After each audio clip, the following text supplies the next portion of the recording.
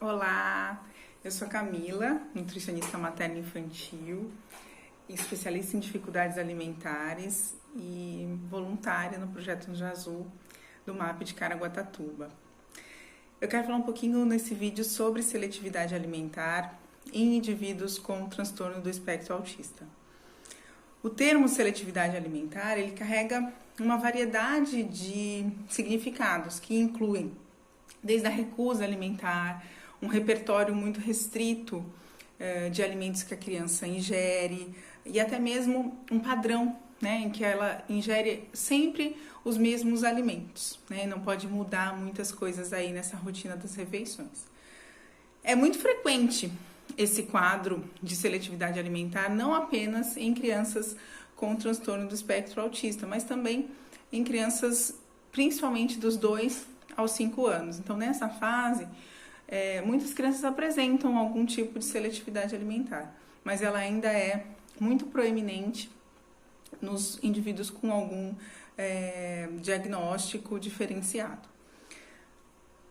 Essa seletividade ela pode estar relacionada com muitas características e algumas são específicas do TEA, né, como o problema de modulação sensorial, né, dos sentidos. Então, audição, visão, olfato, o paladar e o tato estão envolvidos na alimentação.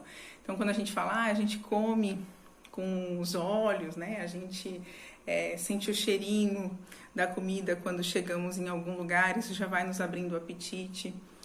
Para um indivíduo com algum transtorno sensorial, isso pode ser um incômodo, né? E aí isso não vai necessariamente abrir o apetite, pode inclusive fazer com que ele não queira comer. Então, esse processamento sensorial anormal é considerado um dos fatores para a seletividade alimentar. Então, muitas vezes a criança ela não consegue encostar no alimento, né, devido à sua textura. A gente vê muito isso com a banana, ou mesmo mastigar, né, não gosta muito de purês e coisas muito moles. Além disso, o cheiro, né, de determinadas refeições, alguns alimentos mais fortes, como peixe. Então, quando a mãe está preparando, essa criança já começa a se sentir incomodada. A preferência por cores. Então, a gente vê muito alimentos amarelos como uma grande preferência, ou alimentos de textura crocante, tá? Junto com isso, né, junto com esses fatores sensoriais dentro da seletividade alimentar, a gente pode ter fatores orgânicos, né? O que são fatores orgânicos? Fisiológicos, né, do organismo dessa criança que podem não estar funcionando muito bem. Então, refluxos, algumas intolerâncias alimentares, ou a diarreia, ou constipação decorrentes de alguma ingestão alimentar que precisa ser investigado. É importante a gente falar que os estudos nessa área ainda estão em desenvolvimento.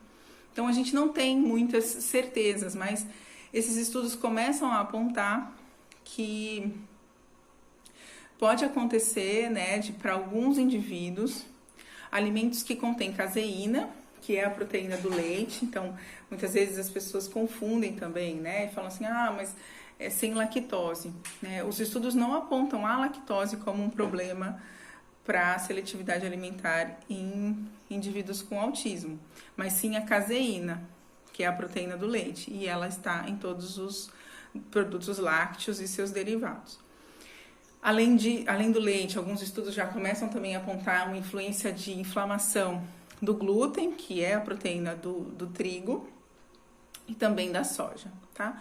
Mas esse quadro, né, esse diagnóstico, para ele ser fechado, né, a gente precisa de um acompanhamento e de uma observação maior, porque se a gente tirar, por exemplo, o leite de uma criança que só toma leite, a gente vai estar aí diminuindo ainda mais o grupo de alimentos que ela come, que ela ingere. Então, é preciso muito cuidado na hora de selecionar, né, os alimentos que serão retirados da alimentação e sempre com a ajuda de um profissional, tá?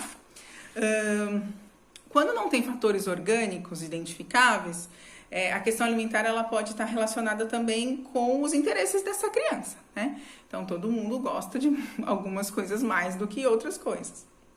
E levando em conta que esses interesses são mais restritos, né? e estão relacionados ao comportamento de rigidez, né, de padrão, que também são característicos do autismo. Então, o que seria essa rigidez? É uma relutância em experimentar esses novos alimentos. Então, eles querem seguir aquele padrão que a criança já conhece. Por isso, muitas vezes, os industrializados são muito bem-vindos, porque se a gente parar para pensar, o industrializado tem sempre o mesmo sabor, né?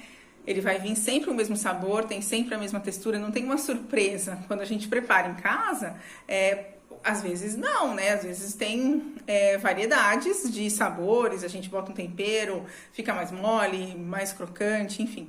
No industrializado isso não acontece.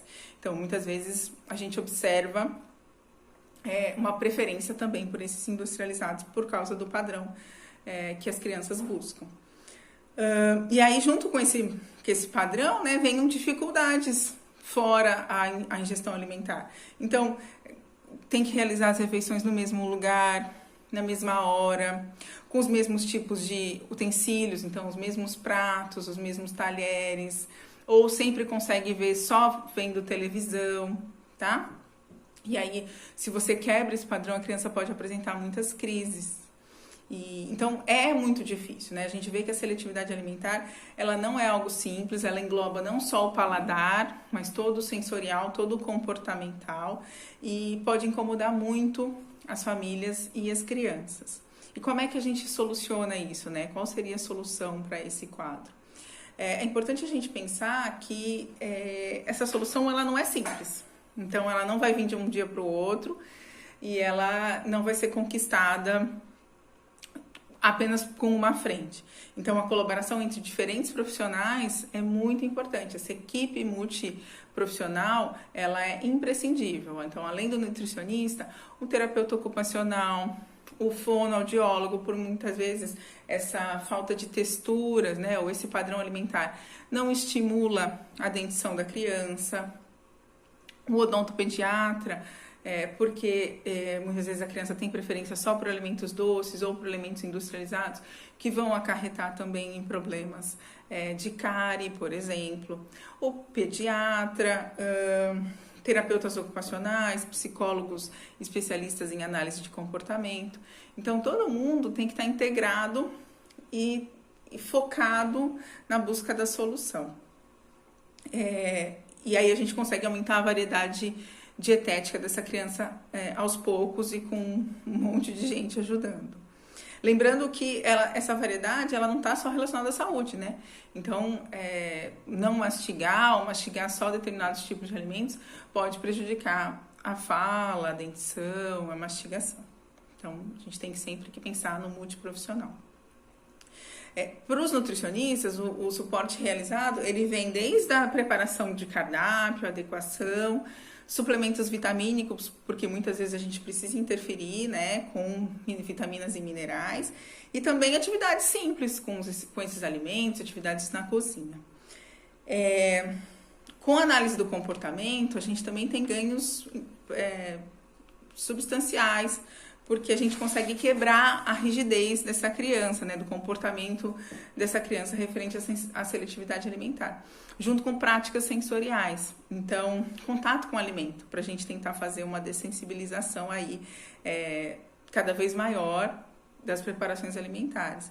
Então, é muito importante que a família, que os pais criem ambientes adequados para essa experimentação, né? E não necessariamente o experimentar no paladar. Então, a gente fala que tem uma escadinha até o comer. Então, a criança precisa conhecer, ela precisa tocar, ela precisa cheirar, ela precisa experimentar e depois comer esse alimento. Então, para a gente chegar na fase de comer, não é simplesmente pegar uma colher, pegar um garfo e falar, coma. Não.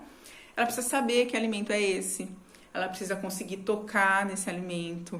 Ela precisa conseguir cheirar, né, manusear, para depois conseguir efetivamente comer e manter essa alimentação. Porque não adianta comer um dia, o que a gente quer é que eles comam bem para o resto da vida. Então, um dos erros mais comuns que a gente pode observar não manter a rotina, manter essa rotina da criança e não estimular os outros hábitos. E a gente sabe que é difícil, né? Por causa dos comportamentos, a irritação que eles possam ter, né? E a nossa correria, às vezes a gente não consegue estimular o quanto deveria. Então, o que a gente pode fazer? A gente pode fazer conhecer os alimentos, levando ao mercado, na fruteira de casa. Enquanto você está cozinhando, tentar fazer com que ele mexa em alguma panela junto com você de brinquedo, ou as suas panelas mesmo no chão ou numa mesinha, simulando essa alimentação. Preparar receitas com as crianças, mesmo que ele não vá comer, não deixar muito claro, olha, não é para você comer. Vamos só preparar para a visita que a gente vai receber, para alguém da família, fazer esse agrado. Então, isso pode ser de muita ajuda nesse início do tratamento de seletividade alimentar. Uma outra forma é a maneira com que esse alimento é ofertado à criança. Muitas vezes ela não vai gostar da banana in natura, mas ela pode gostar de um sorvete de banana natural que a gente faça em casa. Mesmo que a gente coloque, por exemplo, eu já observei crianças que não comiam a banana in natura, mas gostavam muito de chocolate. E a gente pode fazer um sorvete de banana em casa, em que a gente põe umas gotinhas de chocolate em cima para estimular. Então, essas formas diferentes de ofertar o alimento também ajudam bastante. Então, fazer sorvete com o suco que a criança já ingere, né? Ou o suco que ela ingere, começar a trazer a fruta. A criança não come fruta, só toma o suco. Então vamos começar a apresentar a fruta daquele suco, porque possivelmente o paladar dela vai começar a reconhecer. A gente vai ter que trabalhar a textura, né? E a quebra desse padrão. Então tentar quebrar a rotina alimentar com essas atividades é muito importante. Sempre priorizando alimentos parecidos, né? A gente não vai sair ali da maçã que a criança aceita diretamente para uma berinjela, mas a gente consegue ir trabalhando principalmente com a ajuda dos profissionais e da família. Tudo sem pressão, né, gente? Porque a gente não quer que esse quadro piore, que essa seletividade se agrave, que crie-se um ambiente ruim à mesa. Então, a introdução de novos alimentos, ela é feita com muita cautela e trabalhando o lúdico da criança, trabalhando a brincadeira, né? Respeitando os limites, principalmente respeitando os limites da criança. Então, a gente não pode forçar e ir oferecendo de forma devagar. Como eu disse, é um processo muitas vezes lento, mas que vale a pena, porque não só para a parte fisiológica, mas para a parte social das crianças, o comer é muito importante. Demora, cada fase é uma conquista, mas é muito importante que quanto antes a gente interfira e mude também os nossos padrões alimentares como pais, a gente vai poder ajudar muito mais os nossos filhos. Um abraço a todos, muito obrigada pela companhia nesse vídeo.